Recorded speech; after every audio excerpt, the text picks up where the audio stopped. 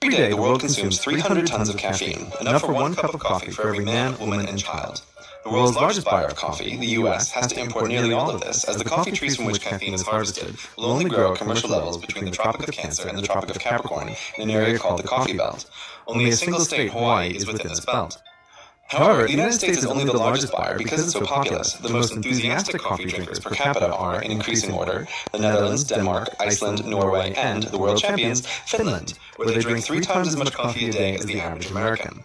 All of these countries are outside the coffee belt and must import 100% of their caffeine supply. To get this caffeine, first bees must pollinate the flowers of a coffee tree, and these flowers develop into bright red berries. Unlike more cooperative domestic plants, the coffee tree does not ripen all its berries at the same time, so they need to be hand-picked and sorted. Once picked, the coffee bean is removed from inside the berry. This young seedling of the tree is then dried, heated, ground, and submersed in boiling water to get out the precious caffeine. It takes about 40 coffee beans to make 1 shot of espresso. But why is caffeine in the coffee beans in the first place? It's not like the coffee trees want to have humans cutting bits off of them and committing a holocaust of their offspring.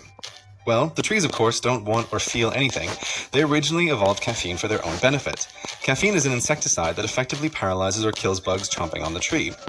Whether or not these insects go out experiencing the greatest caffeine high ever is not known. While caffeine is technically lethal, it's adapted for 1-gram bugs, not monkeys 100,000 times more massive, so you'd really have to try to win this Darwin Award. But, if you must, to calculate the dose of caffeine you'll need to ingest to have a 50% chance of death, take your mass in kilograms and multiply it by 150 milligrams. Or, in terms of coffee, for every kilogram of mass you have, you need to drink 1 latte to get a visit from the Grim Reaper. That's a lot of coffee, so it's not surprising that there are no recorded deaths in healthy adults from this method, and it's doubtful that it's even possible, because while you're busy getting coffee in, your body is busy getting it out by one way or another. The rare